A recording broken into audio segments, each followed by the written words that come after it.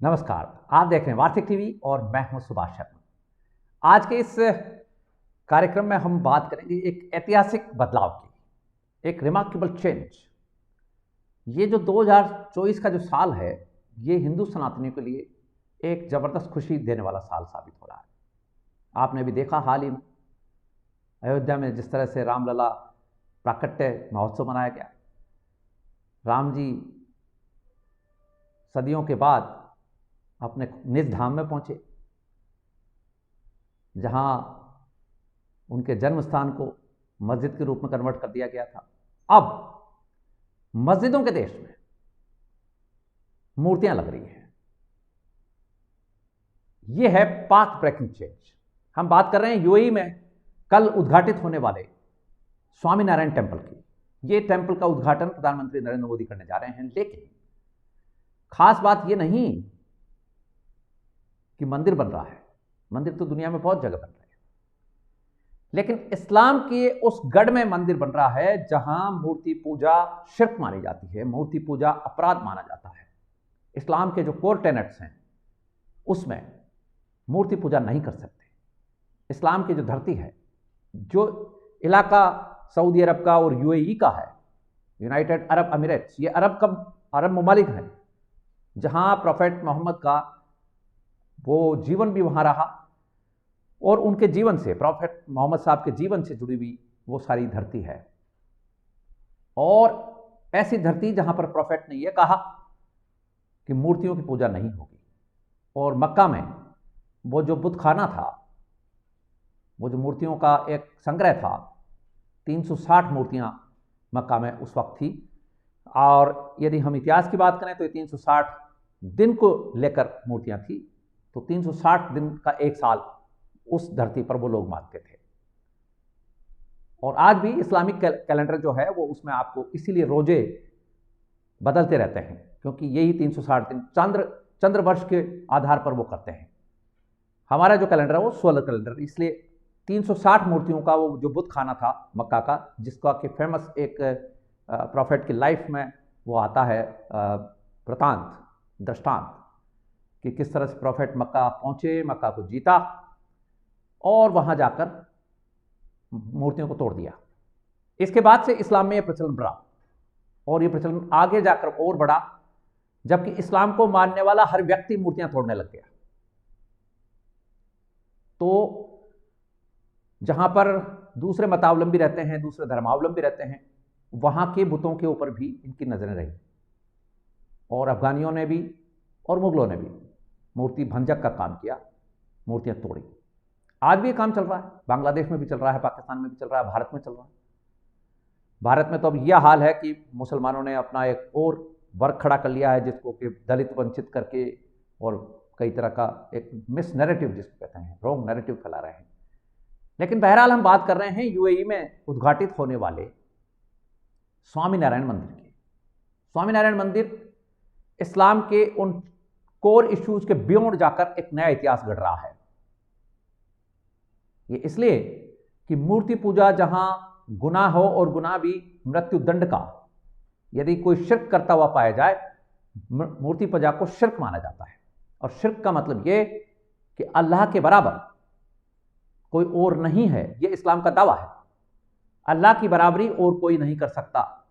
ला इलाहा इल्लल्लाह, इसका मतलब होता है वो अल्लाह जिसके बराबर कोई नहीं है। ला जैसे लापता, ला मतलब अरेबिक है बेसिकली, ये फ्रांस के आसपास में भी ले करके ये आता है।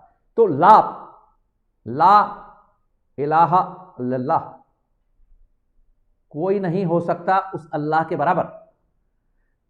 अब ऐसी धरती जो ये ऐलान करती है, और वैसे तो मस्जिदों के ऊपर से आपको हर जगह जहां भी मुस्लिम प्रेयर होती है, नमाज पढ़ी जाती है, वहां ये आवाज गूंजती है ला इलाहा इल्लल्लाह। और ये कलमा भी है इस्लाम का, मोहम्मद बिन रसूल अल्लाह, ये कलमा पढ़ाया जाता है जब इस्लाम को किसी को कन्वर्ट करते हैं, तो ये कलमा है। और कलमा गो मुसलमान जो होगा वो अल्लाह के बराबर किसी को नहीं कर सकता। यदि वो करता है तो शिर्क का पापी होगा, उनके कानून के हिसाब से, उनकी रवायत के हिसाब से। शिर्क का मतलब बराबरी करना। यानी कि सुप्रीम अल्लाह के सामने और कोई नहीं है बराबरी करने लायक। और यूएई के मंदिर में, अबू धाबी के इस मंदिर में जो कल प्रधानमंत्री नरेंद्र मोदी उद्घाटन करेंगे, इसमें बाकायदा मूर्तियां हैं, पूरा धाम बन गया है मूर्तियों का। आप देख सकते हैं ये मूर्तियां दिखाई दे रही हैं आपको। तो अब ऐसे में इस्लामिक वर्ल्ड चेंज हो रहा है एकदम। वो जो 1500 साल पुरानी जो रवायत है उससे बियॉन्ड जाकर, उससे आगे जाकर एक समरसता का, एक हार्मोनियस एटमॉस्फेयर का निर्माण यूएई की सरकार कर रही है। अबू धाबी का ये टेंपल ऐतिहासिक टेंपल होगा और ये 700 सालों में यदि हम देखें मंदिर निर्माण की, मंदिर वास्तु की शैली को, तो ये जो शैली है जो आपको दिखाई दे रही है, ये शैली 700 सालों के बाद प्रकट हो रही है और ये स्टोन ब्लॉक्स के ऊपर आधारित है। यहाँ राजस्थान का जो पिंक स्टोन है, जो धौलपुर और भरतपुर का जो स्टोन है, ये स्टोन घड़ के वहाँ गया है और इटली से मार्बल इंडिया आया और यहाँ इसकी गढ़ाई हुई, तराशी हुई, नक्काशी हुई और वो वहाँ जाकर फिर मंदिर बना है। तो ये इस स्टाइल का मंदिर है और इसमें 7 अलग अलग स्तंभ हैं जिसमें कि अलग अलग कथाएं हैं। शिव पुराण का पूरा चित्र उकेर दिया गया है, रामायण पूरी उकेर दी गई है मूर्तियों में, जीवंत मूर्तियां हैं। आपको पूरी रामायण का वृतांत, भगवान राम की यात्रा, पूरा भगवान राम का जीवन, ऐसे ही शिवपुराण को उकेर दिया गया है। ऐसे ही भगवान अयप्पा, स्वामीनारायण भगवान, सभी भगवानों को इसमें लिया गया है और एक पूरा का पूरा वृतांत लिखा गया है जिससे कि पता लग सके मूर्तियों के मार्फत, मूर्तियों के जरिए कि क्या ये स्क्रिप्चर कह रहा है, धर्मग्रंथ क्या कह रहा है, ये मूर्तियां बोल रही हैं। ये इस तरह का अद्भुत मंदिर बन गया है, मंदिर बन चुका है और कल प्रधानमंत्री नरेंद्र मोदी इसका विधिवत उद्घाटन करेंगे। बात यहां यह भी हम कर लेते हैं कि क्या यूएई में पहले मंदिर थे या नहीं, ये पेच है। कई लोग ये कह रहे हैं कि पहला हिंदू टेंपल होगा, हालांकि टेंपल वहां है। दुबई में 2 टेंपल ऑलरेडी हैं। एक टेंपल 1958 का बना हुआ है जो भगवान शिव और भगवान कृष्ण का है और दूसरा टेंपल 2022 में बना है। इस्कॉन का भी काम चल रहा है। लेकिन खास बात यह है कि ये टोटल ट्रेडिशनल हिंदू स्थापत्य कला से बना हुआ वो टेंपल है जो कि हिंदू सनातनी कोर आर्किटेक्चर और कोर इथोस और कोर वैल्यूज से बन रहा है। अदरवाइज ये जो टेंपल हैं ये कन्वेंशन सेंटर टाइप के हैं, मिल सकते हैं आप। जैसे कि यूएई में हिंदुओं के अंतिम संस्कार के लिए भी व्यवस्थाएं हैं, तो वो ऐसा नहीं, लेकिन कि हर जगह जाकर कोई व्यक्ति जिसको कहते हैं कि अपने हिसाब से, हमारे यहाँ जैसे दाह संस्कार होता है, पायर होता है, तो पायर ऐसे नहीं कर सकते। वहाँ पायर के लिए एक जगह निश्चित है, वहीं कर सकते हैं। अदरवाइज वहाँ जो कानून है वो दफनाने का कानून है, बरियल का कानून है। वहाँ क्रिमेशन जो है वो बरियल से होता है, हमारे यहाँ प्रे से होता है। तो ये पायर जो है, तो पायर अलाउड नहीं है वहाँ, लेकिन यूएई की सरकार ने अलाउ किया हुआ है। ऐसे ही इस्कॉन वालों को और कृष्ण शिवा टेम्पल को भी, और एक दुबई में मंदिर है जो 2022 में बना था, लेकिन वो उसी स्टाइल के हैं। ठीक है, मंदिर बन गया। ये जो मंदिर बन रहा है 27 एकड़ में ये मंदिर बन रहा है। खास बात एक और है कि इसकी शुरुआती जो 5 बीघा लैंड है वो एक मुस्लिम कारोबारी ने डोनेट की थी। अरब का एक अरेबिक व्यापारी है, उसने 5 एकड़ जमीन स्वामीनारायण टेम्पल को डोनेट की। 1997 में स्वामीनारायण संस्था के जो प्रमुख हैं स्वामी जी महाराज, वो यूएई गए थे और यूएई जाकर उन्होंने एक संकल्प लिया, एक सपना देखा, भगवान की प्रेरणा से, हरि प्रेरणा से एक संकल्प हुआ और भगवान की कृपा से ये संकल्प पूरा हुआ। अरब के ही एक व्यापारी ने महाराज जी को 5 एकड़ जमीन डोनेट की। इसके बाद जमीन अलॉट की यूएई की सरकार ने 2015 में, और 2018 में जब प्रधानमंत्री नरेंद्र मोदी वहां गए थे तो रॉयल फैमिली जो वहाँ के राजा हैं उनके साथ स्वामीनारायण टेम्पल के संस्था के लोग गए और धन्यवाद हुआ। 2018 में प्रधानमंत्री नरेंद्र मोदी ने इस मंदिर का जो शिलान्यास कहते हैं, शिला पूजन जो कहते हैं, वो किया। 11 फरवरी 2018 को ये फंक्शन हुआ था शिला पूजन का, और ठीक 6 साल के बाद ये मंदिर अपनी पूर्ण भव्यता के साथ, पूर्ण ऐश्वर्य के साथ कंप्लीट हो चुका है। कल 14 फेब को इसका प्रधानमंत्री नरेंद्र मोदी उद्घाटन करेंगे। आज प्रधानमंत्री नरेंद्र मोदी इस फंक्शन में हिस्सा लेने के लिए यूएई पहुंच गए हैं और उनका स्वागत गार्ड ऑफ ऑनर्स के साथ वहां के राष्ट्रपति यानी कि वहां के किंग मोहम्मद बिन जायद अल नाह्यान ने किया और गार्ड ऑफ ऑनर के साथ गले लगाकर उनका स्वागत किया। और प्रधानमंत्री मोदी इंडियन डायस्पोरा के एक सम्मेलन को भी संबोधित करेंगे जिसमें करीब 65,000 इंडियन लोग शामिल होंगे। यूएई की बात करें तो भारतीय जो ओरिजिन के हैं, भारतीय मूल के 35 लाख इंडियंस यूएई में रहते हैं। 30 लाख सऊदी अरब में रहते हैं, लेकिन यूएई में सबसे ज़्यादा है। सर्वाधिक संख्या यदि हम गल्फ कंट्रीज की देखें तो यूएई की आबादी की 30% आबादी भारतीयों की आबादी है। ऐसी आबादी के लिए कल का दिन जबरदस्त महत्वपूर्ण रहने वाला है। 18 फरवरी से ये जो स्वामीनारायण धाम मंदिर है ये आम दर्शन के लिए खोल दिया जाएगा। वहाँ अभी यज्ञ चल रहे हैं, हवन चल रहे हैं, पूजन पाठ चल रहे हैं और शुद्धिकरण चल रहा है, गर्भगृह का काम चल रहा है। अब कल वैदिक मंत्रोच्चार के साथ में ये काम होगा उद्घाटन वाला। ये इतना बड़ा इंपॉर्टेंट इसलिए बन पड़ा है कि पहला हिंदू टेंपल ट्रेडिशनल पत्थरों से बना हुआ, ये सब बातें अपनी जगह हैं, लेकिन हम जो बात कहना चाहते हैं वो ये कहना चाहते हैं कि अरब की धरती पर जहां से मूर्ति भंजन का काम शुरू हुआ, वहां मूर्ति पूजकों का ये जो समारोह है ये उस कहानी को डिलीट कर रहा है जो 1500 साल पहले लिखी गई थी।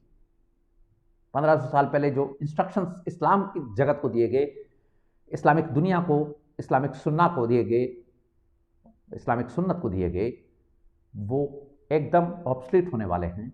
यूएई की धरती पर ये मंदिर इस बात की गवाही देगा कि वहाँ मूर्ति पूजा और शिर्क दोनों एक साथ होंगे, लोग मूर्ति पूजा करेंगे। देखने वाली बात इसमें यह है कि इंडियन सबकॉन्टिनेंट जो कि लुकअप करता है अरब के लोगों की तरफ, जैसे कि भारत का मुसलमान है वो पाकिस्तानियों की तरफ देखता है कि पाकिस्तानी ज़्यादा बड़े मुसलमान हैं, पाकिस्तानी देखते हैं अरब की धरती की तरफ।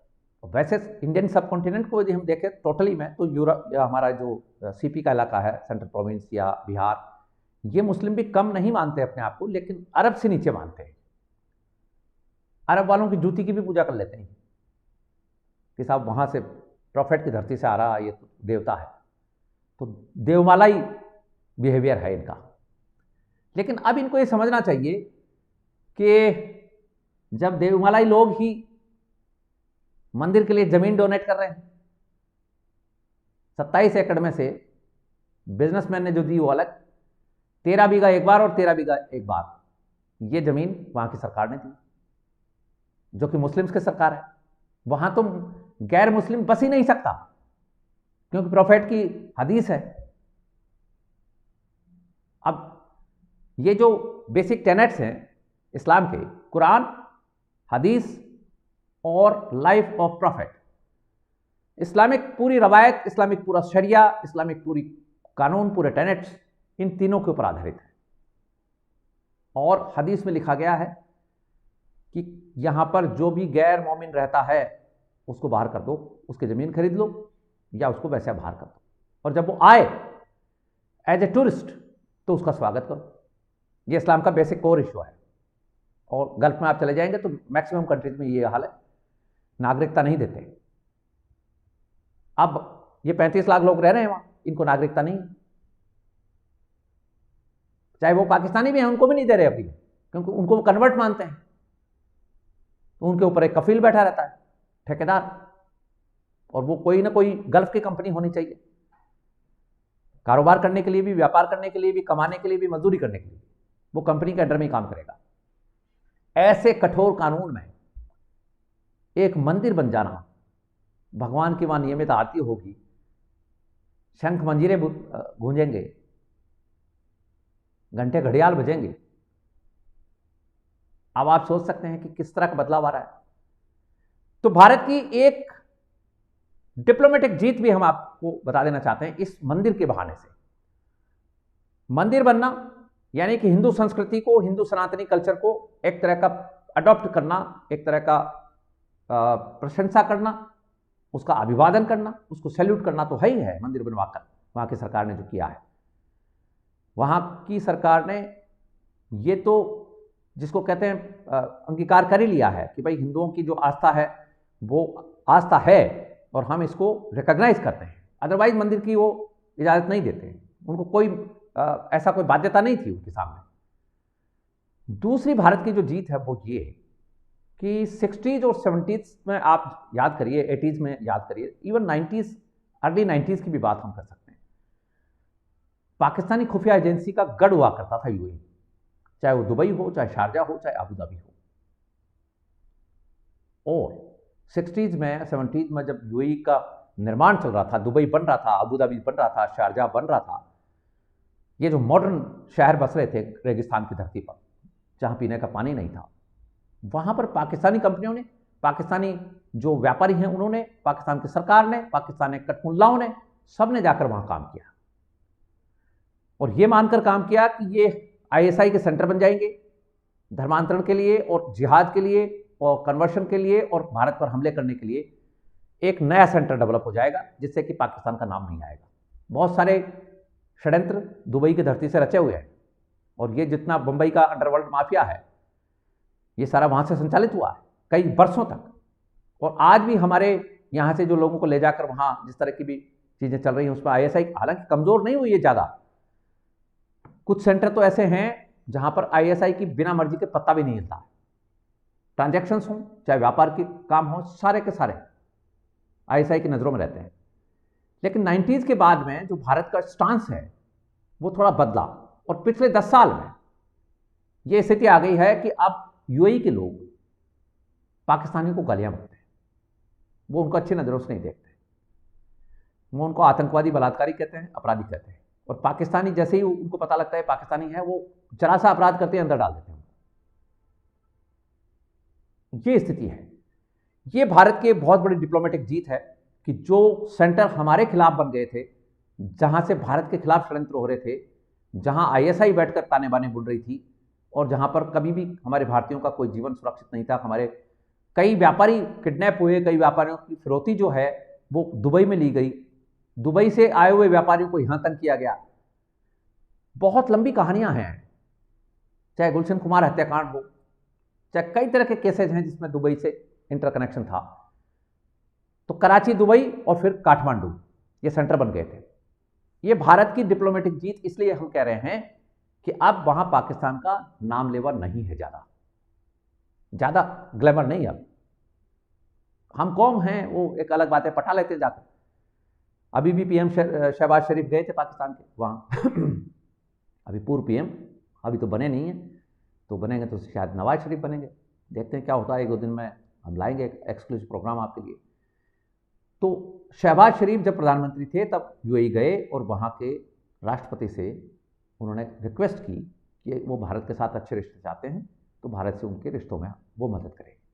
ये स्थिति आ गई पाकिस्तान कि अब यूएई को रिक्वेस्ट करनी पड़ती है भारत के लिए, क्योंकि पाकिस्तान को पता लग गया है कि भारत यूएई के संबंध बहुत ज़बरदस्त है और ये संबंध अब और परवान चढ़ जाएंगे। और आज पाकिस्तान में और भारतीय उपमहाद्वीप में, मतलब पाकिस्तान सहित बांग्लादेश और ये जितना भी हमारा इंडियन सब कॉन्टिनेंट है, बर्रे सगीर जिसको कहते हैं, बर्रे सगीर के मुसलमानों में आज छापा पड़ने वाला है। आज रात नींद हराम होंगी इनकी कठमुल्लों की। तो ये सोचकर परेशान होंगे कि हम भारत से मंदिर हटाना चाहते हैं और भारतीय लोग हमारे उस तीर्थ की जगह पर जाकर मंदिर बना रहे हैं। ये फर्क आ गया है। तो यूएई का ये मंदिर अपने आप में एक मिसाल होगा। ये 1500 साल का जो इतिहास है उसको बदलने वाला साबित होगा और उस दुनिया में जहां पर मंदिर मूर्तियों का कोई स्थान नहीं था, वहां पूरे अपने दमखम के साथ, पूरे वैभव के साथ, पूरे परचम के साथ ये मंदिर अपनी आभा बिखेरेगा, अपनी नई छटा बिखेरेगा। और यदि हम बात करें तो एक और बात इसमें ये कि भारतीयों को वहाँ पर हिंदी कहते हैं असल में। हिंदी जो लोग हैं इनको सीधा माना जाता है, अच्छे लोग माने जाते हैं। इसका भी असर है कि इंडियन डायस्पोरा ने भी वहाँ अच्छा काम किया है। तो ये इसलिए भी बहुत इंपॉर्टेंट है कि यूएई के विकास में भी भारतीय लोगों का बहुत बड़ा योगदान भी है। इंफ्रास्ट्रक्चर बनाने में भारत की कंपनियों ने बहुत अच्छा काम किया है। भारत के लोग चीटिंग नहीं करते हैं, अपराध में शामिल नहीं होते हैं। पाकिस्तानियों का अलग ही मामला है। इंग्लैंड की जेल से लगाकर यूएई की जेल में देख लो आप, सऊदी की जेल में देख लो। सऊदी जेलों में भारतीय लोग बंद नहीं है, यूएई में रहने वाले भारतीय बंद नहीं है, ये लोग बंद हैं। तो ये इसलिए भी कबाड़े करते रहते हैं। तो मस्जिदों के देश में मंदिर निर्माण की आपको बहुत बहुत शुभकामनाएं, हार्दिक शुभकामनाएं। रामलला विराजमान के आशीर्वाद से ये काम अब उस धरती पर हुआ है जिस धरती के सिखावन में हमारे रामलला के मंदिर को तोड़कर बाबर के चेलों ने बाबरी मस्जिद बनाई थी। उस धरती से एक मैसेज है यहाँ रहने वाले भारतीय मुसलमानों के लिए, इंडियन सबकॉन्टिनेंट बर्रसगीर के मुसलमानों के लिए। दुनिया बदल रही है, दुनिया में वसुदैव कुटुंबकम की भावना आ रही है, पूरी धरती एक परिवार की भावना आ रही है।